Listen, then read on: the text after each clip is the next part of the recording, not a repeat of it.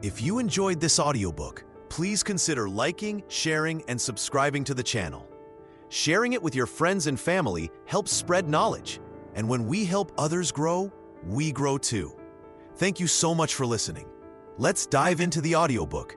Chapter 1: The Origins of Fear. Part 1: Survival in the Shadows.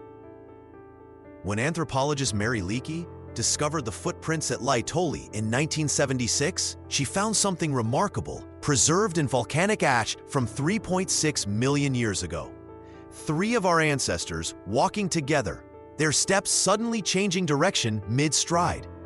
What made them veer so abruptly? Most likely, fear saved their lives that day. Our earliest ancestors lived in a world where hesitation meant death. The African savanna teemed with predators that could outrun, outfight, and outsmart early hominids. Saber-toothed cats, massive hyenas, and crocodiles turned every water source into a potential death trap. Archaeological evidence from sites like Swartkrans Cave in South Africa reveals the brutal reality. Fossilized human remains show clear puncture marks from leopard teeth, telling stories of our ancestors who didn't react fast enough to fear's warning signals. Fear became humanity's first survival technology. Those who startled at rustling grass lived to pass on their genes. Those who ignored their racing hearts became fossil records. Research by evolutionary psychologist Martin Seligman demonstrates that humans developed prepared learning. We instinctively fear snakes, spiders, and heights far more readily than modern dangers like cars or electrical outlets. Our brains still carry the ancient software that kept our ancestors alive. Consider the Kalahari Bushmen, whose traditional hunting practices offer glimpses into prehistoric survival strategies. When tracking dangerous game, they rely on hypervigilance, constant scanning for threats, reading subtle environmental cues, and maintaining group communication through coded signals. This state of controlled fear allows them to hunt successfully while avoiding becoming prey themselves. Their oral traditions describe fear not as cowardice, but as wisdom, teaching children that the person who feels no fear in dangerous situations lacks the intelligence to survive. Archaeological evidence from Kesem Cave in Israel shows that early humans organized their living spaces around fear management.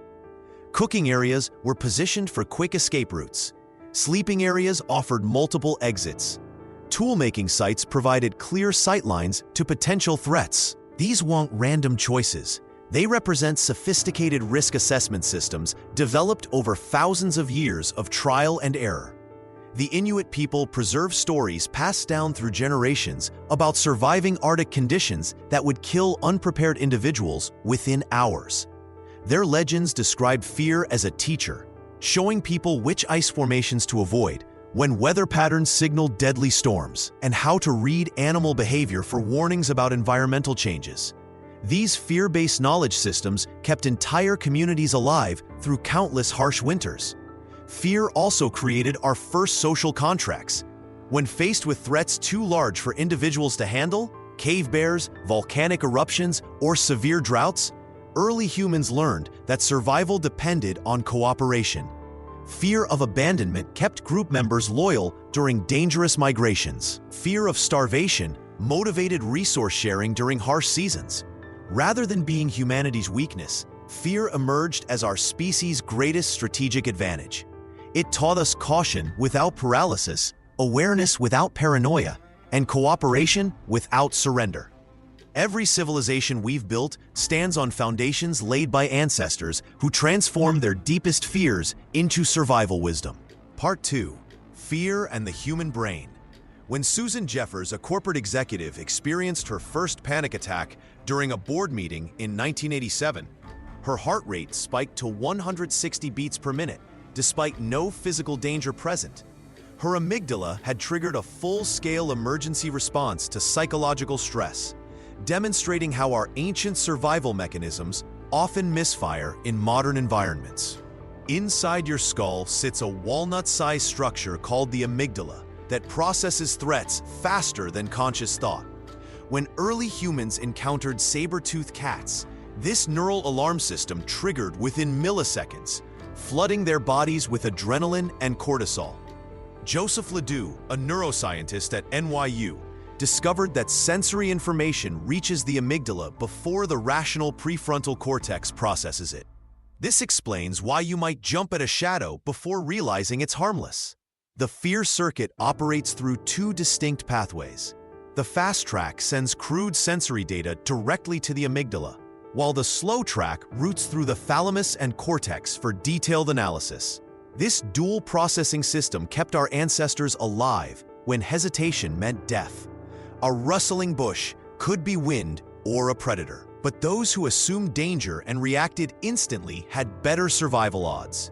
Modern brain imaging reveals that fear responses haven't evolved much since the Pleistocene era. When researcher Elizabeth Phelps studied PTSD patients at Yale, she found their amygdalas remained hyperactive years after traumatic events. The same neural pathways that helped cavemen escape mammoths now trigger panic attacks in traffic jams or during job interviews. The freeze response, often overlooked beside fight or flight, served crucial survival functions. When threatened animals play dead, predators lose interest. Humans exhibit similar responses during overwhelming fear. Virginia Woolf described this phenomenon in her letters, writing about becoming frozen with terror during her mental health struggles. Her nervous system was activating an ancient protective mechanism. Consider how fear responses manifest disproportionately today. A critical email from your boss activates the same neural circuits your ancestors used when facing life-threatening predators. Your amygdala can't distinguish between a charging rhinoceros and a demanding deadline. Both trigger identical biological responses: elevated heart rate, shallow breathing, and tunnel vision. This mismatch between ancient wiring and modern challenges creates widespread dysfunction.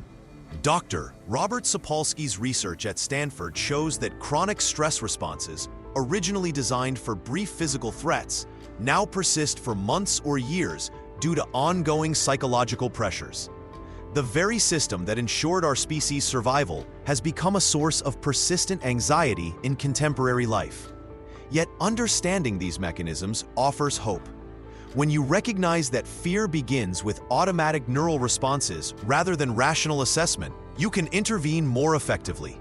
Navy SEALs train to override amygdala responses through controlled breathing and mental rehearsal. They're essentially reprogramming ancient circuits for modern challenges. The bridge between our prehistoric past and present lies in recognizing that fear remains both our inheritance and our opportunity for growth. Part 3. Myths, Monsters, and the Fear of the Unknown. When ancient civilizations encountered forces they could not understand, they created stories to make sense of the terror. The Mesopotamians, facing unpredictable floods from the Tigris and Euphrates rivers, gave birth to Tiamat, a primordial goddess of chaos whose rage could destroy entire cities. This wasn't mere storytelling. These myths served as psychological armor against the overwhelming fear of forces beyond human control. Archaeological evidence from Sumerian tablets reveals how systematically these early peoples cataloged their fears. The Epic of Gilgamesh, written over 4,000 years ago, transforms the universal human fear of death into an epic journey.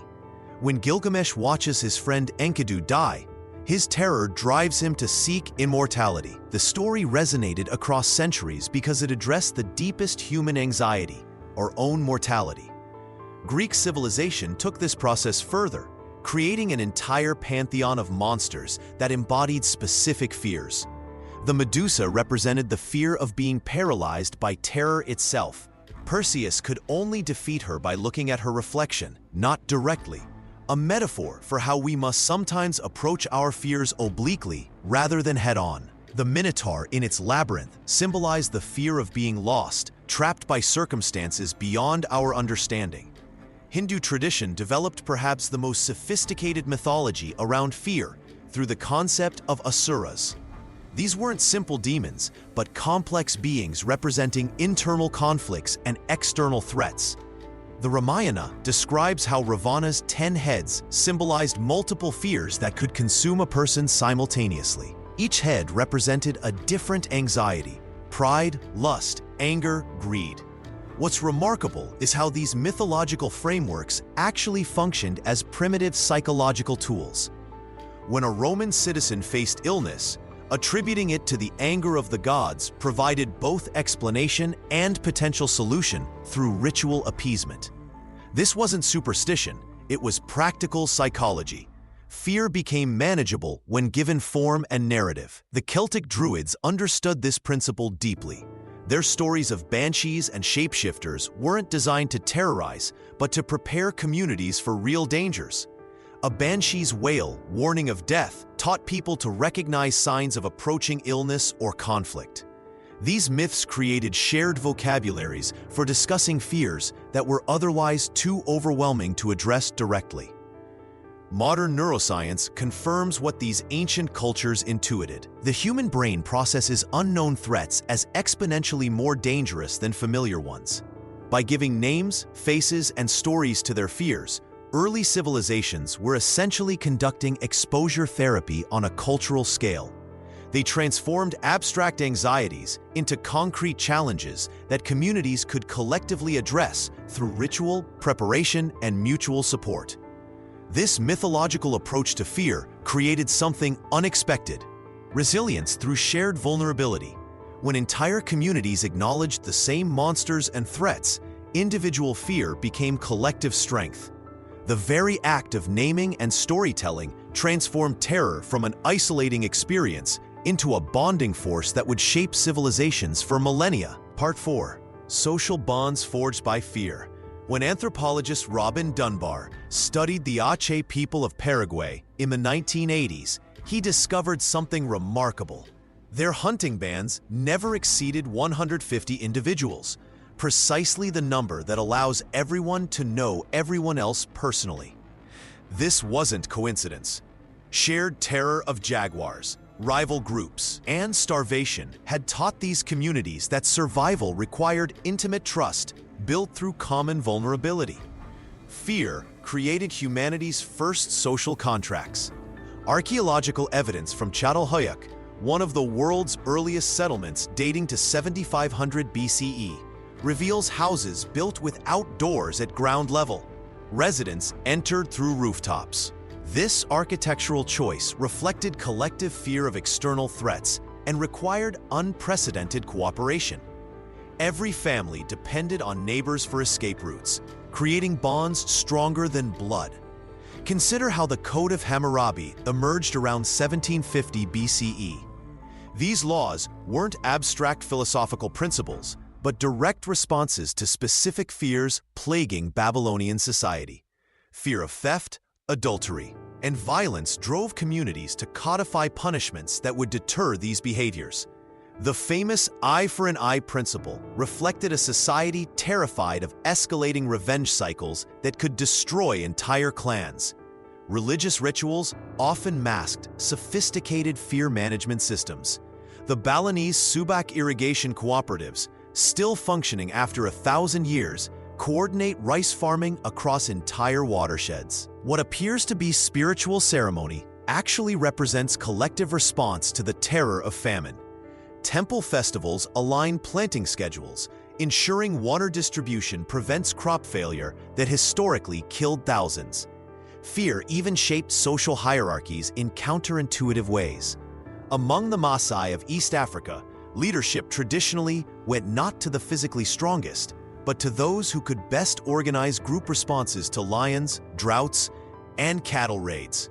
Anthropologist John Gallaty documented how Maasai age-set systems emerged specifically to create predictable leadership during crises, when fear could either unite or scatter the community.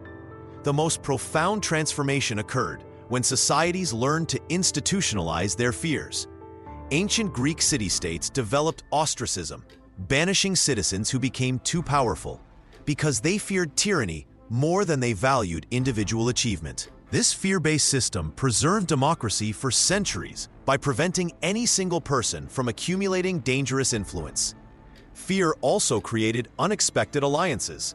The Haudenosaunee Iroquois Confederacy, formed in the 12th century, when 5 separate nations, exhausted by constant warfare, agreed to redirect their fear of each other into collective defense against external threats. This fear-forged alliance became one of history's most enduring political unions. Without shared fears demanding cooperation, humans might have remained isolated family groups, vulnerable to every danger. Fear taught us that survival meant surrendering individual autonomy for collective strength. The communities, laws, and institutions we built around our common vulnerabilities became the foundation of civilization itself. Our ancestors discovered that fear shared becomes fear conquered, a lesson written into every treaty, law, and social bond that followed. Chapter 2: Fear as a Tool of Power. Part 1: Kings, Priests, and the Politics of Fear. When Hammurabi carved his famous law code into black stone around 1750 BCE, he wasn't just establishing legal precedent. He was creating one of history's most enduring fear-based control systems. The code explicitly warned that anyone who dared alter these divine laws would face the wrath of gods, their family line destroyed, and their name erased from memory. This wasn't accident. It was calculated psychology. Ancient rulers quickly discovered that fear worked far better than physical force alone. The Assyrian king Sennacherib didn't just conquer cities, he deliberately left survivors to spread tales of his brutality. His inscriptions boasted of flaying enemies alive and displaying their skins on city walls, ensuring that future targets would surrender without resistance. The message traveled faster than his armies. Egyptian pharaohs perfected this template by positioning themselves as living gods. When Akhenaten declared himself the sole intermediary between people and the divine, he wasn't making a religious statement. He was consolidating power through sacred fear. Citizens who questioned Pharaoh's authority weren't just challenging politics. They were committing cosmic treason, punishable by divine judgment. The Roman Empire institutionalized fear through spectacle. Gladiatorial games served dual purposes, entertaining the masses while demonstrating state power over life and death. Tacitus wrote that these displays reminded citizens of their emperor's absolute authority. When early Christians were fed to lions, the message wasn't religious, it was political. Challenge Rome's order and face public annihilation. Medieval European kings refined these techniques by partnering with religious authorities. The concept of divine right meant opposing the monarch equaled opposing God himself. King John of England used excommunication threats to control rebellious nobles, while the Catholic Church's threat of eternal damnation kept entire populations compliant. Fear of spiritual punishment often proved more effective than fear of physical consequences. Chinese emperors developed perhaps the most sophisticated fear-based governance system through the Mandate of Heaven doctrine. Natural disasters became evidence of imperial displeasure with subjects, while successful harvests proved divine approval of current leadership. This created self-reinforcing cycles where citizens blamed themselves, not rulers, for societal problems. The Aztec Empire demonstrates how religious fear could justify extreme measures. Priests convinced populations that human sacrifice was necessary to prevent cosmic collapse. Citizens accepted these brutal practices because the alternative, universal destruction, seemed worse. Rulers like Moctezuma II maintained power not through military might alone, but through carefully cultivated terror of divine retribution. These historical patterns reveal a consistent truth. Fear-based authority requires constant reinforcement. Leaders who relied on intimidation couldn't simply establish power. They needed continuous reminders of consequences. This created exhausting cycles of escalation, ultimately leading to the very rebellions these systems aim to prevent. Part 2: Witch hunts and heretics. When communities face uncertainty, they often search for someone to blame. The Salem witch trials of 1692 began when young girls in Massachusetts experienced mysterious fits and convulsions.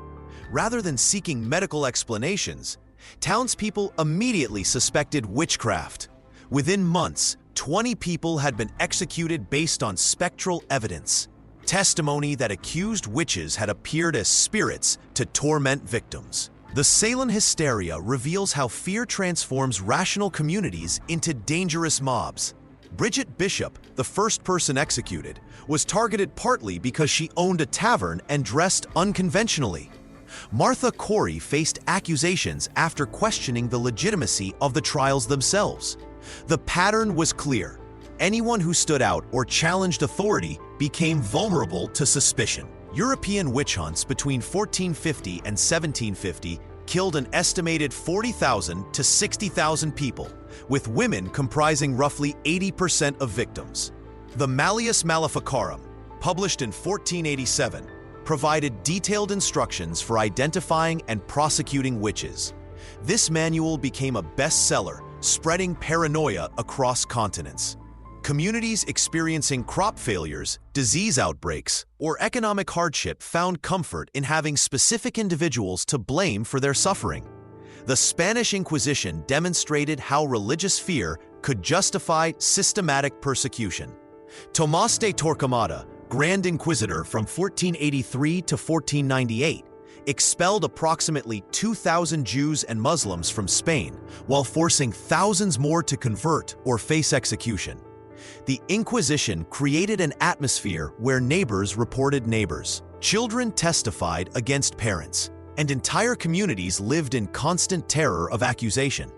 Fear-driven persecution follows predictable patterns.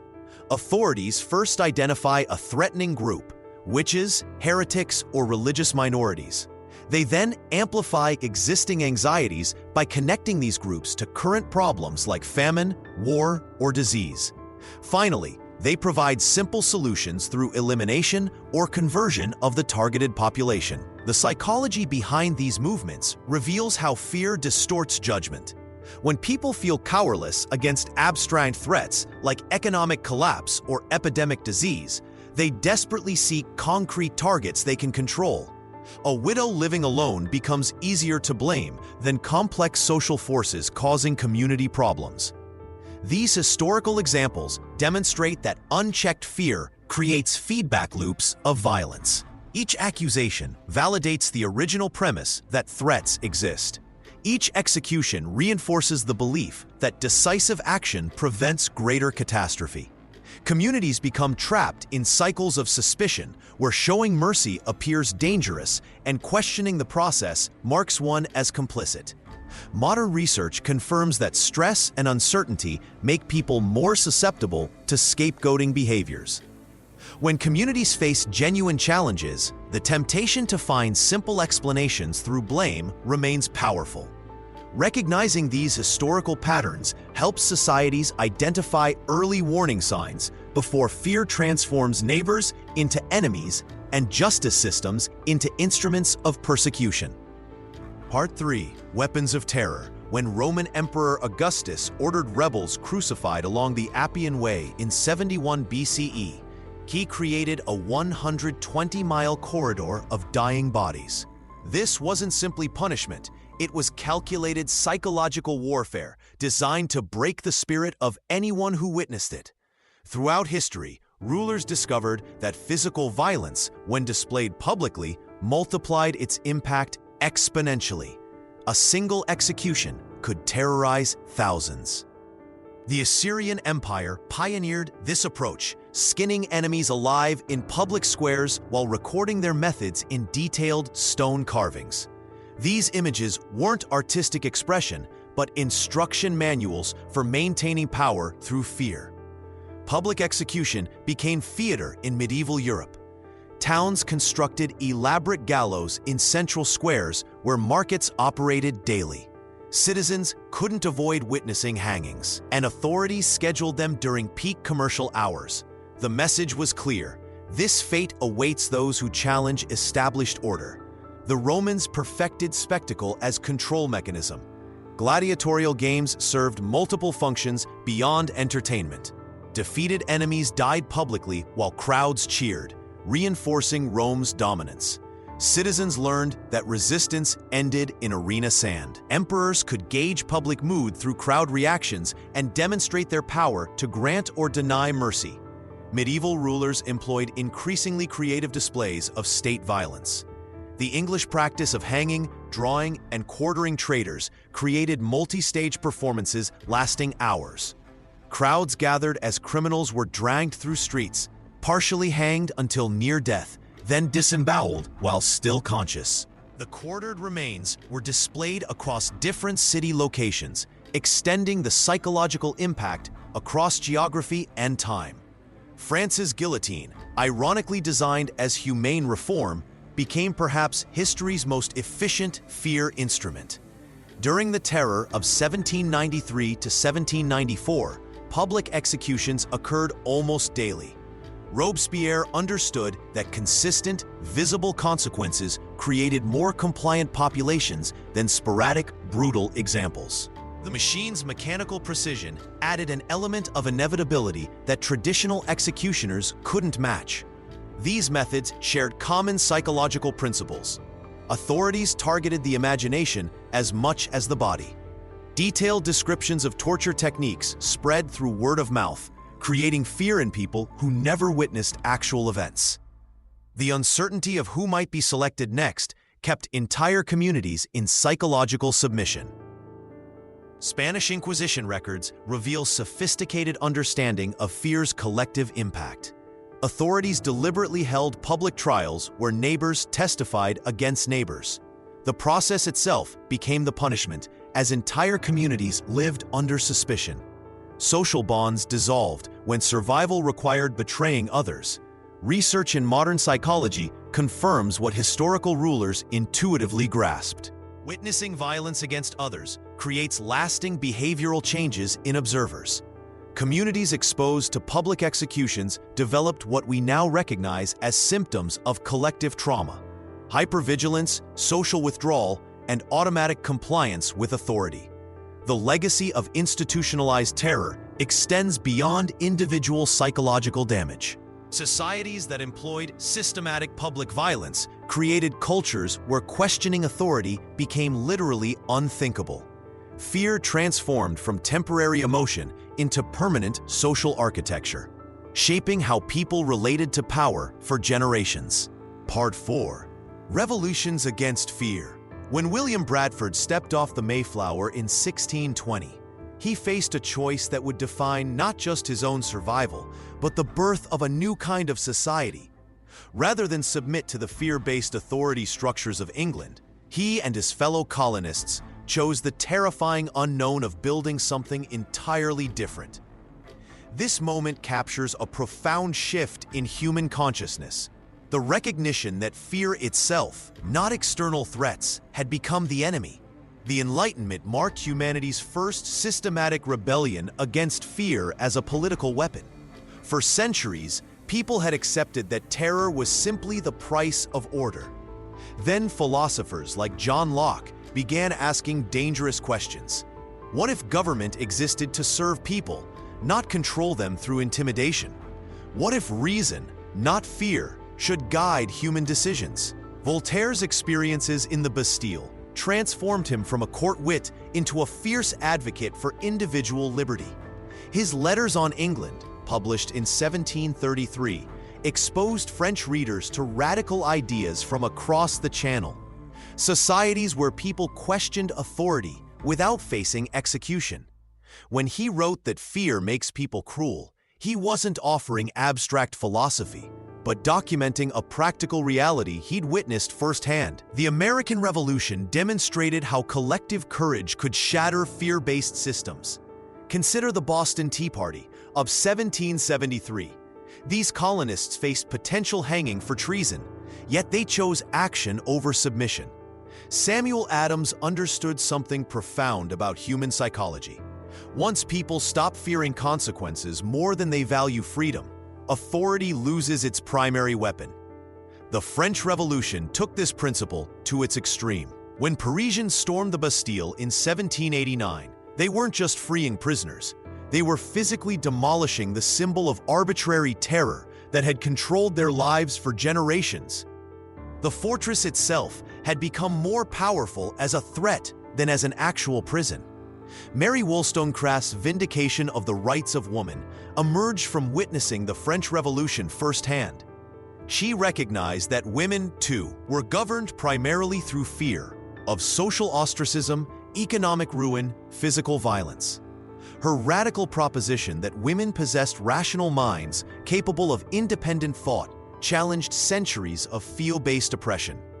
These movements succeeded because they identified a crucial weakness in fear-based authority. It requires constant reinforcement. Once enough people simultaneously decide to stop being afraid, the entire system collapses. The emperor truly has no clothes, but only becomes visible when people dare to look.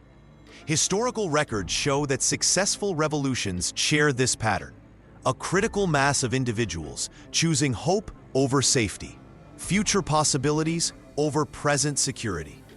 They transform from isolated dissidents into unstoppable movements when people realize their shared fears were largely manufactured illusions designed to maintain existing power structures. Chapter 3: The Individual Struggle. Part 1: Fear in the Human Heart. When 17-year-old Eleanor Roosevelt first spoke at a public gathering, she trembled so violently that she could barely hold her notes. Her voice cracked, her hands shook, and she later described feeling as though her heart might burst from her chest. This moment of terror would eventually transform into a lifetime of fearless advocacy for human rights. Illustrating a profound truth about fear's role in the human experience. Fear lives in the quiet spaces of our hearts, whispering warnings about rejection, failure, and abandonment.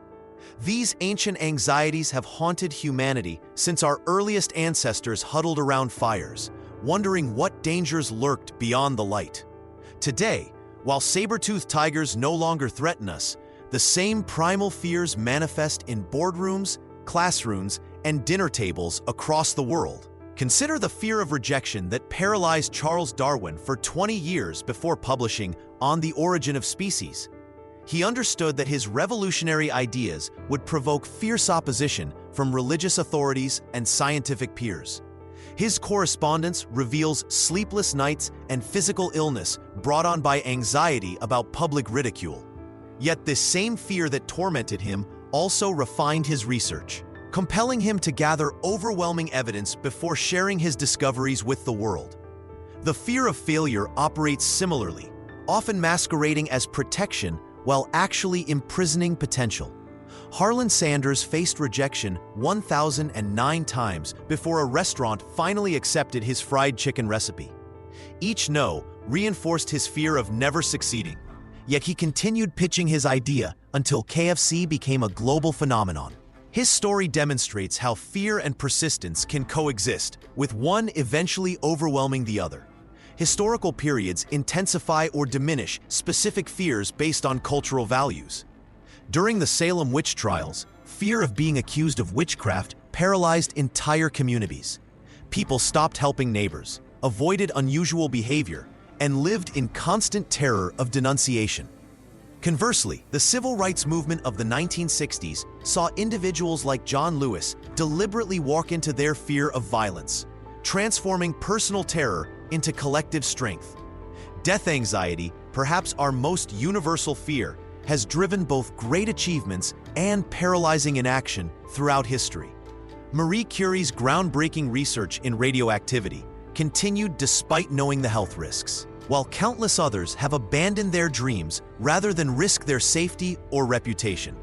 These fears connect us across time and culture, creating invisible threads between a nervous job applicant today and Shakespeare struggling with writer's block centuries ago.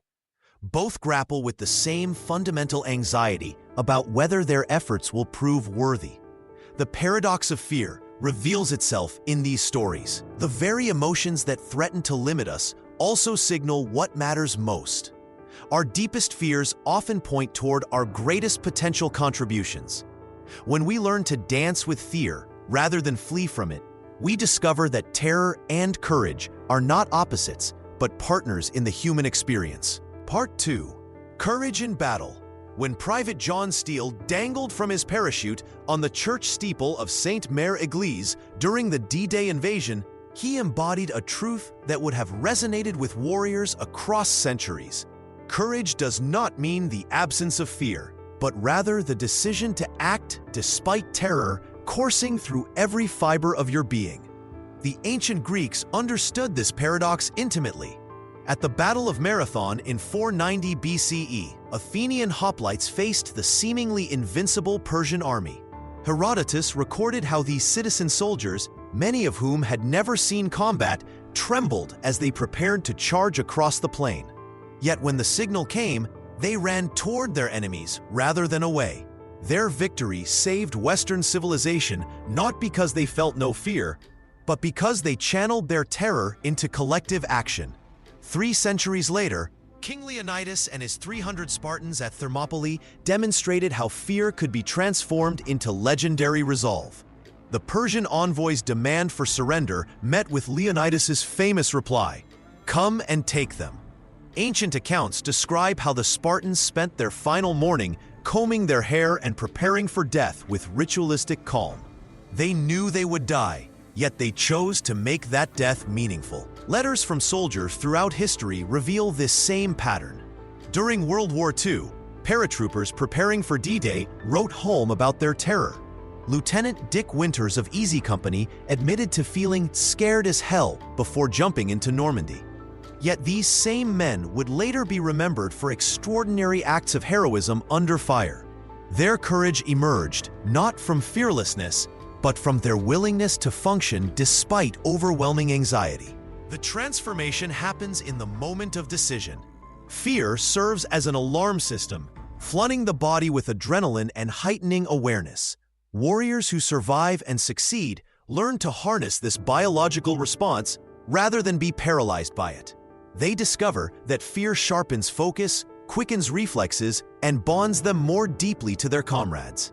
Medal of Honor recipient Audie Murphy, who became America's most decorated soldier in World War II, later spoke candidly about his constant fear during combat. He described courage as doing what you're afraid to do because you know it must be done. Murphy's words echo across centuries of warfare, connecting modern soldiers to ancient warriors who faced the same fundamental choice between paralysis and purpose.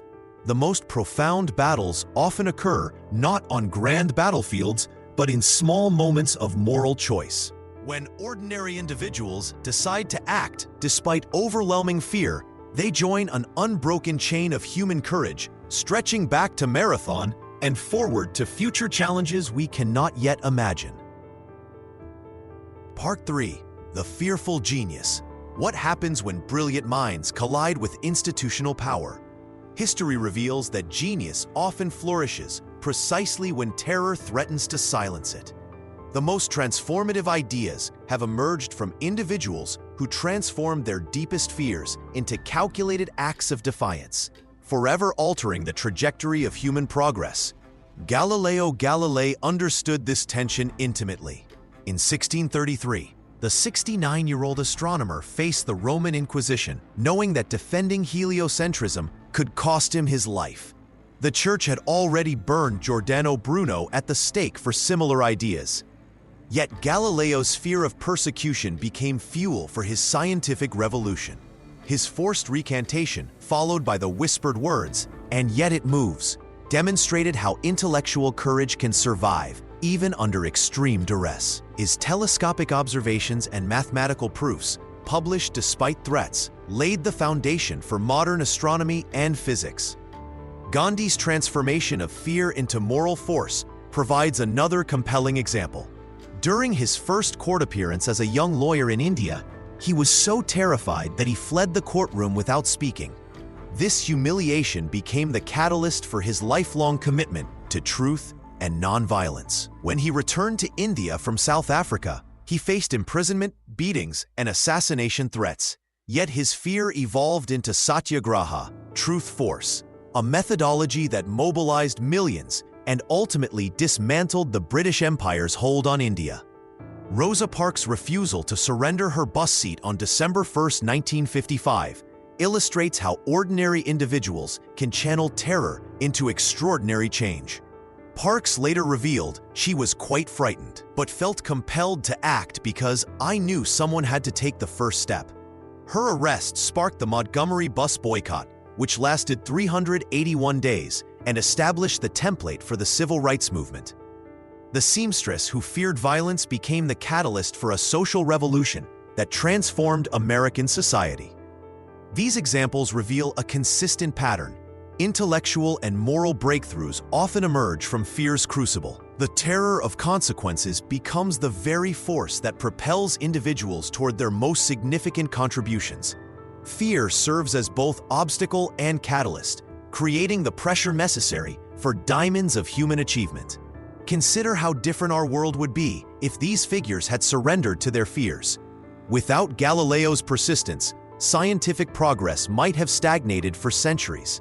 Without Gandhi's courage, India's independence could have been delayed or taken a violent path. Without Parks's defiance, the civil rights movement might have lacked its galvanizing moment. The fearful genius represents humanity's capacity to transform terror into transcendence. When brilliant minds refuse to bow to intimidation, they create ripples that become waves of change, proving that our greatest advances often spring from our deepest fears. Part 4. Science of Courage. When Navy SEAL Marcus Luttrell survived a Taliban ambush that killed his 3 teammates in Afghanistan, he returned home with crushing PTSD. Traditional methods failed him, until he discovered that science had finally cracked the code of fear itself, offering precise tools to rewire his traumatized brain. The transformation from mystical explanations to scientific understanding of fear represents one of humanity's greatest intellectual achievements. For centuries, societies attributed terror to supernatural forces or moral failings. Ancient Greeks blamed cowardice on angry gods, while medieval physicians prescribed prayer and bloodletting for excessive worry. This all changed in the 1920s when behaviorist John Watson conducted his controversial Little Albert experiment, demonstrating that fears could be both created and eliminated through systematic conditioning. Dr. Joseph Wolpe revolutionized fear treatment in the 1950s with systematic desensitization. His approach seemed almost magical in its simplicity. Patients learned deep relaxation techniques, then gradually exposed themselves to feared objects while maintaining calm states.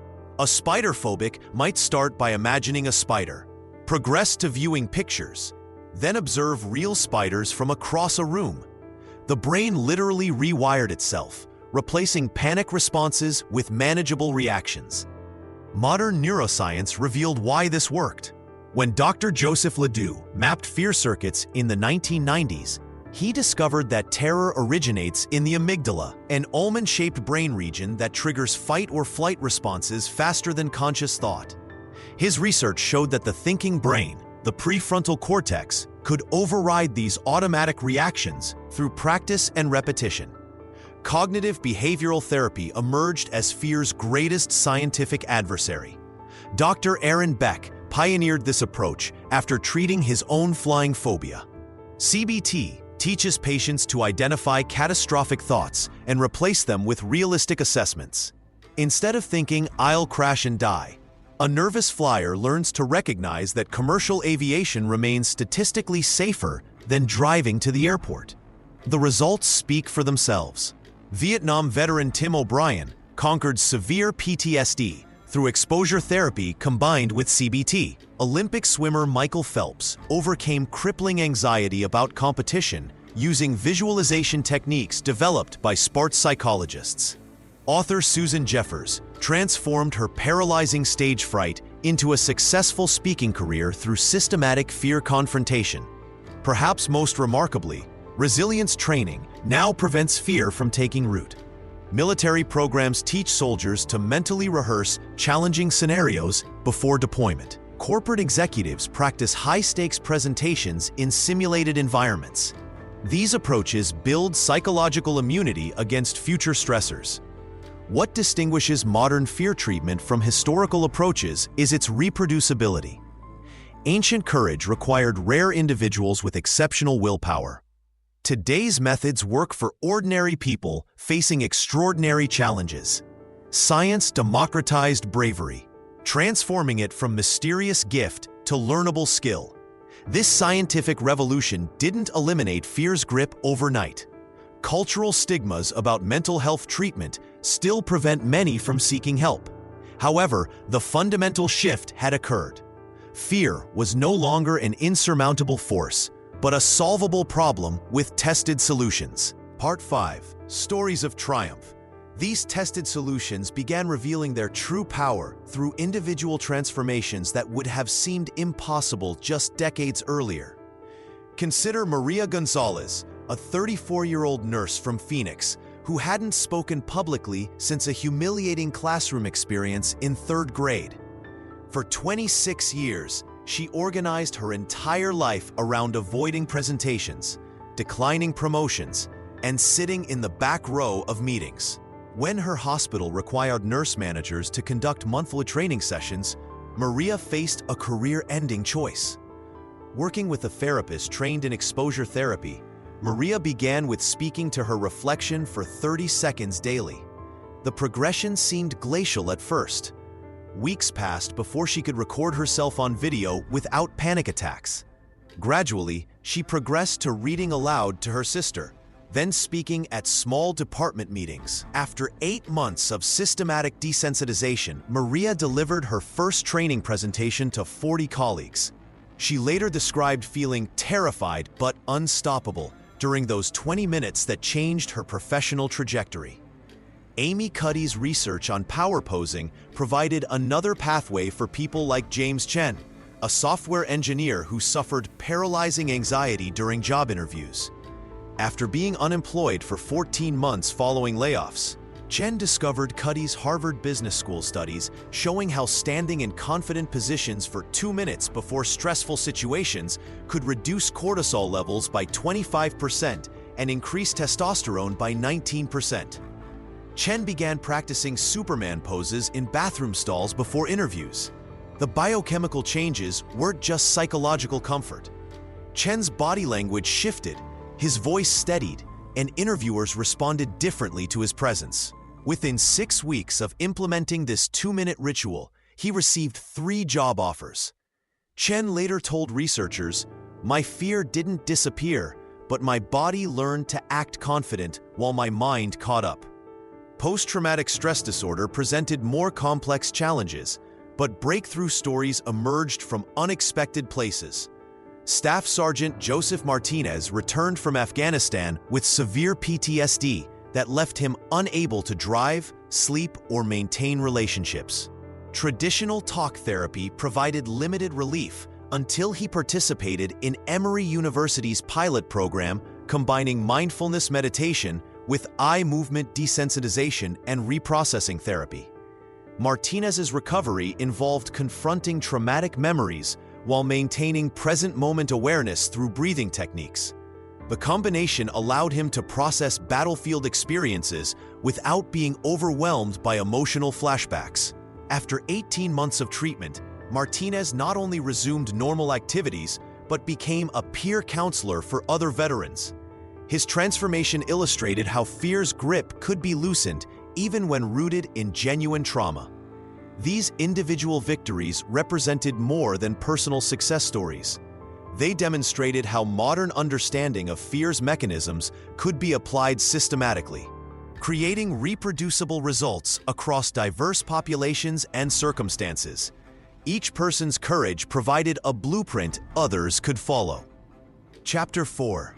Fear in the Modern World. Part 1. Wars, Bombs, and Global Panic.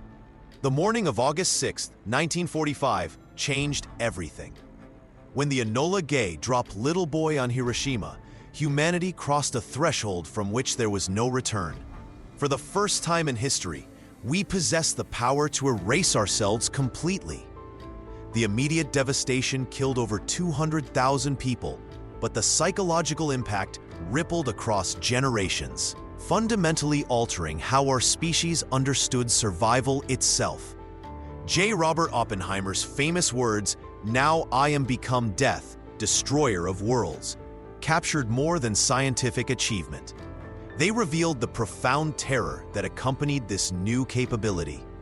Within days, President Truman announced America's atomic monopoly to the world, and suddenly every nation faced an unprecedented reality. Entire civilizations could vanish in minutes. The Soviet Union's first successful atomic test in 1949 escalated this existential dread.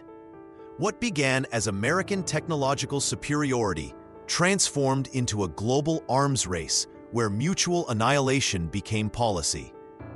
The Cuban Missile Crisis of 1962 brought the world within hours of nuclear war, with both Kennedy and Khrushchev later admitting they came dangerously close to triggering global catastrophe. This constant proximity to extinction created new forms of collective anxiety. In America, families built backyard bomb shelters while schools conducted duck and cover drills that taught children to hide under desks from atomic fire. The Federal Civil Defense Administration distributed millions of survival pamphlets, turning ordinary citizens into amateur disaster planners. Fear became institutionalized through government policy. The psychological warfare of the Cold War amplified these terrors. Both superpowers used fear as a strategic weapon, creating elaborate propaganda campaigns that painted the opposing ideology as humanity's greatest threat. McCarthyism in America and Stalin's purges in Russia demonstrated how leaders weaponized paranoia to maintain control. Citizens learned to distrust neighbors, question loyalties, and accept surveillance as necessary protection. This period established fear as a primary organizing principle of international relations. NATO and the Warsaw Pact emerged not from shared ideals, but from shared terrors. Nations aligned themselves based on which existential threat seemed more manageable. The concept of deterrence turned fear into foreign policy, creating a delicate balance where peace depended on the credible threat of total destruction. The technological amplification of fear reached beyond nuclear weapons. The space race, while inspiring, also represented competition for the ultimate high ground in potential warfare. When Sputnik launched in 1957, Americans feared Soviet satellites might deliver atomic weapons anywhere on Earth. Every scientific advancement carried dual implications: human progress and enhanced capacity for destruction. This era demonstrated how quickly societies could reorganize around collective terror. Before 1945, wars had geographical boundaries and conventional limits. Nuclear capability removed these constraints, making every person on Earth a potential casualty of conflicts they neither started nor controlled. Fear evolved from personal emotion to species-wide survival strategy, reshaping everything from urban planning to international law in response to technologies that made traditional security obsolete. Part 2. The Age of Anxiety. When the Cuban Missile Crisis reached its peak in October 1962, families across America gathered around their black and white television sets, watching President Kennedy announce that Soviet missiles sat merely 90 miles from Florida. Within hours, grocery stores emptied as citizens prepared for what many believed would be humanity's final week. This moment crystallized a new reality. An entire generation would live with the constant possibility of instantaneous annihilation. The Cold War transformed fear from an individual emotion into a shared cultural experience. Unlike previous conflicts with clear battlefields and identifiable enemies, this new anxiety permeated daily life. Children practiced duck and cover drills, crouching under school desks as sirens wailed. The Conrad emergency broadcast system interrupted regular programming with its distinctive attention signal, reminding Americans that normal life could end without warning. These rituals created what historians now recognize as the first generation raised in perpetual preparation for apocalypse. Suburban families invested life savings in backyard fallout shelters, complete with canned goods, water supplies, and Geiger counters. The Eisenhower administration's Atoms for Peace campaign attempted to balance nuclear terror with promises of atomic energy's benefits. but citizens remained skeptical. Popular magazines featured articles about radiation sickness alongside advertisements for bomb shelter construction. This juxtaposition revealed society's struggle to maintain normalcy while acknowledging unprecedented danger. Hollywood reflected these collective anxieties through films like Invasion of the Body Snatchers and The Manchurian Candidate, where threats came from within trusted communities. Science fiction became a vehicle for exploring paranoia about communist infiltration and mind control. Literature followed suit, with novels examining themes of surveillance, betrayal, and psychological manipulation. Arthur Miller's The Crucible used Salem witch trials to comment on McCarthyism's destructive power, showing how fear could transform neighbors into enemies. The era's defining characteristic was its embrace of contradiction. Americans simultaneously built suburban dream homes and underground bunkers, celebrated technological progress while fearing scientific advancement, and promoted freedom while investigating citizens' loyalty. This psychological tension shaped everything from architectural design to foreign policy. Government buildings incorporated blast-resistant features, while civil defense films taught families how to survive nuclear attacks using household items. Joseph McCarthy's influence demonstrated fear's political utility. His Senate hearings destroyed careers based on accusations rather than evidence, proving that collective anxiety could override legal protections and rational discourse. The blacklisting of Hollywood writers and the persecution of suspected communists showed how societal fear could justify abandoning democratic principles in democracy's name. This period established patterns still visible today: media amplification of threats, political exploitation of public anxiety, and the normalization of surveillance in the name of security. The Cold War generation learned to live with uncertainty as a permanent condition, creating cultural frameworks for managing existential dread that continue influencing contemporary responses to global threats. Part 3. Fear in Society Today. When hijacked planes struck the Twin Towers on September 11, 2001, the world watched humanity's vulnerability exposed in real time through 24-hour news coverage. That single morning demonstrated how modern fears differ fundamentally from historical anxieties. They arrive instantly, spread globally, and reshape entire societies within hours rather than decades. Today's fears possess a unique quality that distinguishes them from past generations. When the Black Death swept through medieval Europe, terror moved slowly, village by village. Modern anxieties travel at light speed through interconnected networks. The 2008 financial crisis began with American subprime mortgages, but reached Icelandic banks within days, proving that contemporary fear operates as a global nervous system where local tremors trigger worldwide earthquakes. Consider how COVID-19 transformed from a regional health concern in Wuhan to a planetary emergency within weeks. Social media platforms amplified every development, turning epidemiological uncertainty into psychological warfare. Stock markets collapsed before most people understood what coronavirus meant. Fear preceded facts by months, creating economic devastation that exceeded the virus's direct health impact in many regions. This amplification effect represents something genuinely new in human experience. Cable news channels and social media algorithms profit from sustained attention, creating economic incentives to maintain fear rather than resolve it. During the 2016 Zika virus outbreak, media coverage generated panic levels disproportionate to actual risk. Brazil's tourism industry lost billions, while scientific evidence suggested limited danger to most populations. The media's business model had transformed fear into a commodity. Climate change presents perhaps the most complex modern fear challenge.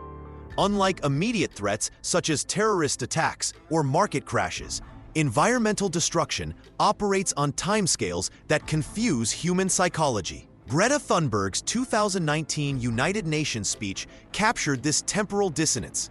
How dare you pretend that this can be solved with just business as usual and some technical solutions? She articulated the frustration of living with a slow-motion catastrophe that demands immediate action but resists simple solutions. Cyber warfare adds another layer of anxiety unique to digital societies. The 2017 WannaCry ransomware attack paralyzed hospitals, railways, and government systems across 150 countries in a matter of hours. Unlike physical attacks, cyber threats remain invisible until they strike, creating persistent background anxiety about digital vulnerability. What makes contemporary fear particularly challenging is its interconnectedness. Economic instability triggers political extremism, which amplifies social tensions, which increases cyber attacks, which undermines institutional trust. These feedback loops create cascading effects where solving one fear often generates others. Yet this same interconnectedness also offers hope. When young people organized global climate strikes in 2019, coordination happened through the same digital networks that spread anxiety. The speed that transmits fear can also transmit courage, suggesting that modern tools might eventually serve collective resilience rather than collective terror. Understanding these dynamics becomes crucial for anyone seeking to transform fear into constructive action rather than paralysis. Part 4. Breaking the Cycle. When Greta Thunberg stood before the United Nations in 2019, her words carried the frustration of an entire generation. How dare you? Yet within months, millions of young people transformed that anger into coordinated climate action across 150 countries. This shift from paralysis to purposeful action represents something unprecedented in human history. The same digital infrastructure that spreads misinformation and amplifies anxiety has become the backbone of movements that build resilience. Consider how Black Lives Matter organizers use social media to coordinate protests in over 2,000 cities during 2020. They didn't eliminate fear of police violence or systemic racism, but they channeled collective anxiety into structured demands for change. The movement demonstrated how shared vulnerability can become shared strength when people connect around common experiences. Mental health awareness campaigns illustrate this transformation most clearly. When Prince William and Prince Harry launched Heads Together in 2016, they broke centuries of royal silence about emotional struggles. Their openness created permission for millions to discuss anxiety and depression publicly. The stigma that once isolated people in their fears began dissolving as vulnerability became strength rather than weakness. International cooperation during crises reveals another pathway beyond paralyzing fear. During the 2014 Ebola outbreak in West Africa, initial panic nearly overwhelmed response efforts. However, organizations like Médecins Sans Frontières developed community-based approaches that acknowledge fear while building practical solutions. They trained local healthcare workers, engaged religious leaders, and created transparent communication channels. Fear remained present, but it no longer dominated decision-making. Educational initiatives increasingly focus on emotional intelligence alongside traditional subjects. Finland's national curriculum now includes mandatory courses on managing emotions and building resilience. Students learn to recognize fear responses and develop coping strategies before crises hit. Early results show decreased anxiety levels and improved problem-solving abilities during stressful situations. Technology companies are beginning to recognize their role in either amplifying or reducing collective anxiety. Instagram introduced features that hide like counts and limit harmful content exposure. These changes acknowledge that platforms shape emotional landscapes. Not just information flow, some organizations now measure user well-being alongside engagement metrics. The shift requires acknowledging fear's legitimate warnings while refusing to let it drive all decisions. Climate scientists continue documenting environmental threats, but they increasingly emphasize actionable solutions rather than apocalyptic scenarios. This approach respects the seriousness of challenges while maintaining agency and hope. Modern resilience emerges not from eliminating fear, but from developing collective capacity to respond thoughtfully rather than reactively. Communities that practice this approach find themselves better prepared for actual crises because they've built relationships and systems during calmer periods. Fear becomes information rather than instruction, creating space for wisdom to guide action. Chapter 5: The Path Beyond Fear. Part 1: Faith, Philosophy, and Liberation. When Marcus Aurelius wrote his Meditations while commanding Roman legions, he faced not just barbarian tribes, but the terror of mortality itself. His Stoic philosophy transformed this fear into profound acceptance, demonstrating how belief systems can reshape our relationship with what frightens us most. Throughout history, humanity's greatest wisdom traditions have recognized fear not as weakness, but as a spiritual testing ground. These ancient frameworks offered something revolutionary: the possibility that our deepest anxieties could become pathways to freedom rather than prisons of paralysis. Stoicism approached fear through radical acceptance of fate. When the philosopher Epictetus, himself a former slave, taught that we control only our responses to events, he wasn't promoting passivity. He was offering liberation from the exhausting struggle against circumstances beyond our influence. This perspective enabled Roman leaders like Aurelius to maintain clarity during plagues and warfare, finding strength in focusing solely on their character and choices. Christianity reframed fear through faith in divine providence. Consider how early Christians faced persecution in Roman arenas. Their letters, preserved in historical records, reveal individuals transforming terror into testimony.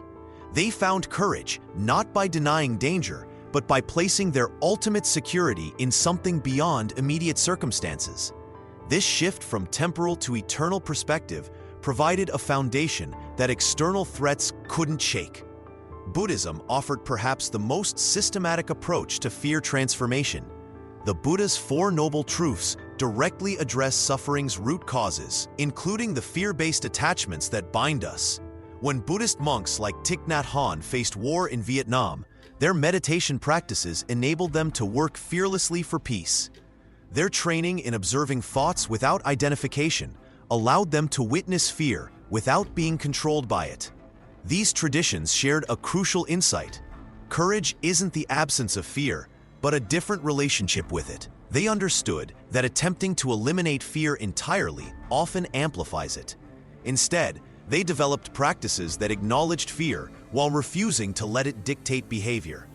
The practical applications remain remarkably relevant. Modern research confirms what ancient wisdom taught. Contemplative practices actually rewire neural pathways associated with fear responses. When individuals engage in regular meditation, prayer, or philosophical reflection, they develop what neuroscientists call emotional regulation, the capacity to experience intense feelings without reactive behavior. What made these approaches transformative wasn't their complexity, but their recognition that fear often signals misplaced priorities. When we anchor identity in impermanent things, reputation, possessions, even physical safety, fear naturally follows. These wisdom traditions offered alternative foundations: virtue, divine connection, or the recognition of interconnectedness. The question these ancient teachers posed remains urgent today. What happens when we stop running from fear and start learning from it? Their answer, tested across centuries of human struggle, suggests that our greatest terrors often point toward our deepest opportunities for growth and genuine freedom. Part 2: Collective Courage.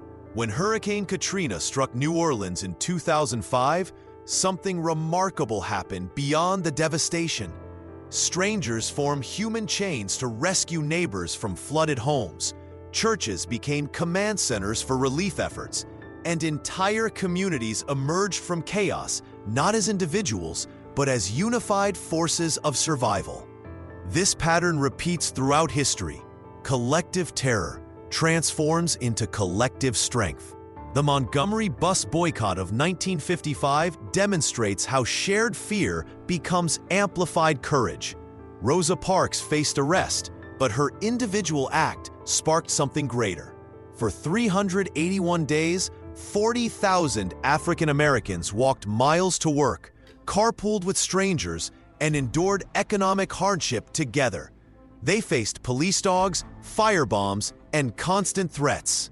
Yet their collective commitment created an unstoppable force that individual courage alone could never achieve. During the 1918 influenza pandemic, entire neighborhoods organized food deliveries for quarantined families. In Philadelphia, where authorities initially downplayed the crisis, grassroots networks filled the void. Neighbors checked on neighbors, shared resources, and created informal medical care systems. Their collective response saved thousands of lives when official systems failed. The London Blitz reveals how communities transformed terror into resilience. As German bombs fell nightly for 8 months, Londoners didn't scatter in panic. They gathered in underground stations, turning subway platforms into neighborhoods. Children played games between air raid sirens, while adults organized schools, libraries, and entertainment. Winston Churchill later noted that the Blitz didn't break London, it forged an unbreakable community spirit. What makes collective courage different from individual bravery? Social psychologist Bib Lataine's research on social facilitation shows that people perform better under stress when surrounded by others facing the same challenge. The civil rights activists understood this intuitively. John Lewis described how marching with hundreds of others across the Edmund Pettus Bridge felt different from facing danger alone. Shared purpose created shared strength. The 2010 Chilean mine collapse illustrates modern collective courage. When 33 miners were trapped 2,300 feet underground, their families didn't retreat in fear. They established Camp Hope above the mine, creating a 69-day vigil that captured global attention. Their collective determination pressured authorities to attempt the seemingly impossible rescue that ultimately succeeded. Communities facing shared threats develop what sociologist Robert Bellah called communities of memory, shared narratives that transform suffering into strength. During the Irish potato famine, villages that survived did so through collective action, sharing scarce resources, organizing emigration together, and maintaining cultural practices that preserved hope. This pattern suggests something profound about human nature. Fear may paralyze individuals, but it galvanizes communities. When we face terror together, we discover capacities that exceed our individual limits. The question isn't whether we'll encounter collective fears. Pandemics, natural disasters, and social upheavals are inevitable. The question is whether we'll respond as isolated individuals or as communities capable of transforming shared fear into shared courage. Part 3. The Inner Journey. Sarah Lazar's groundbreaking research at Massachusetts General Hospital revealed that just 8 weeks of meditation physically reshapes the brain, thickening regions associated with emotional regulation while shrinking the amygdala, our fear center. This discovery validates what Eastern traditions have taught for millennia. The mind possesses extraordinary capacity for transformation when we turn our attention inward. While communities provide the scaffolding for collective courage, the most profound battles with fear occur within the quiet chambers of individual consciousness. Here, away from external validation and social support, we encounter the raw material of our deepest anxieties. The journey inward requires a different kind of bravery, one that faces not external threats, but internal demons. Consider Tim Ferriss, who documented his transformation from a suicide-contemplating entrepreneur to someone who now teaches millions about confronting fear. Through daily journaling practices, he began tracking his anxiety patterns, identifying specific triggers, and observing how his thoughts created emotional cascades. This practice of witnessing without judgment became his pathway to freedom.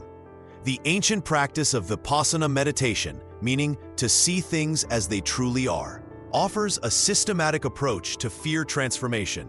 Practitioners learn to observe their mental formations, thoughts, emotions, and bodily sensations with the detached curiosity of a scientist studying specimens. When fear arises, instead of fighting or fleeing, they watch it with fascination. Dr. John Kabat-Zinn's mindfulness-based stress reduction program has treated over 24,000 patients since 1979, transforming how medical institutions approach anxiety and trauma. Veterans returning from Iraq and Afghanistan, cancer patients facing terminal diagnoses, and executives burned out from corporate pressure all discovered similar truths through mindfulness practice. Fear loses its grip when we stop running from it. The inner journey requires acknowledging that fear often serves as a guardian of our most authentic selves. Brené Brown's research on vulnerability revealed that our greatest fears frequently point toward our deepest values. The terror of rejection often signals our profound need for connection. The fear of failure reveals our commitment to excellence. This inward turn doesn't mean retreating from the world, but rather approaching it from a place of inner stability. When we develop the capacity to remain present with difficult emotions, external circumstances lose their power to destabilize us completely. The traffic jam becomes less infuriating, the critical email less devastating, the uncertain future less paralyzing. The mystic Rumi wrote, "The wound is the place where the light enters you."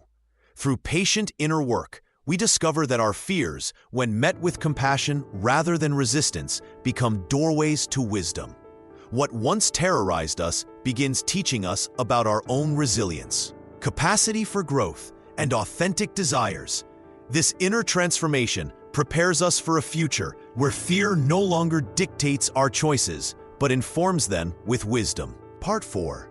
Toward a Fearless Future. When neuroscientist Joseph Ledoux discovered that our brains form fear memories faster than they can be erased, he revealed why humanity's relationship with fear requires evolution rather than elimination. The question isn't whether we'll feel afraid, it's how we'll respond when we do.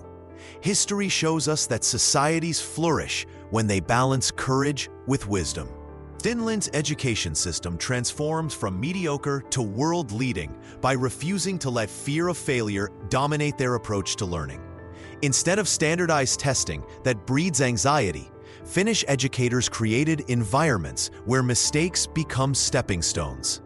Their students now outperform peers globally, not despite embracing uncertainty, but because of it. The technology sector offers another compelling example. When Satya Nadella became Microsoft's CEO in 2014, he encountered a company paralyzed by fear of obsolescence. Rather than denying these concerns, he acknowledged them openly while redirecting energy toward learning and collaboration. Microsoft's market value tripled under his leadership, demonstrating how organizations can transform fear into fuel for innovation. Mental health awareness has become crucial for this transformation. Iceland's comprehensive approach to adolescent well-being reduced teenage substance abuse from among Europe's highest rates to among its lowest. They didn't ignore the underlying fears and anxieties driving destructive behaviors. Instead, they created community programs that addressed root causes while teaching young people healthy coping mechanisms. Cross-cultural understanding accelerates this process. When different societies share their approaches to managing collective anxiety, wisdom multiplies. Japan's concept of forest bathing now helps Western communities reduce stress-related disorders. Conversely, cognitive behavioral therapy developed in the West has proven effective in treating anxiety across diverse cultures. Technology amplifies both our fears and our capacity to overcome them. Social media can spread panic rapidly, yet the same platforms enable unprecedented support networks. During the 2020 pandemic, virtual communities helped millions maintain mental health despite physical isolation. The key lies in conscious application rather than passive consumption. Compassionate leadership remains essential. New Zealand's Jacinda Ardern demonstrated how acknowledging collective fear while providing steady guidance creates resilience rather than weakness. Her transparent communication during crises built trust that enabled effective responses to challenges from terrorism to natural disasters. The path forward requires recognizing that fear serves an important function while refusing to let it control our destiny. We need educational systems that teach emotional intelligence alongside technical skills. We need workplaces that prioritize psychological safety. We need communities that support vulnerability as strength. This future doesn't eliminate fear. It transforms our relationship with it. When we stop treating fear as failure and start viewing it as information, we create space for growth. Each generation builds upon previous wisdom while developing new tools for courage. The goal isn't fearlessness, but fearlessness in the face of fear itself, moving forward despite uncertainty, because we trust in our collective ability to adapt and overcome.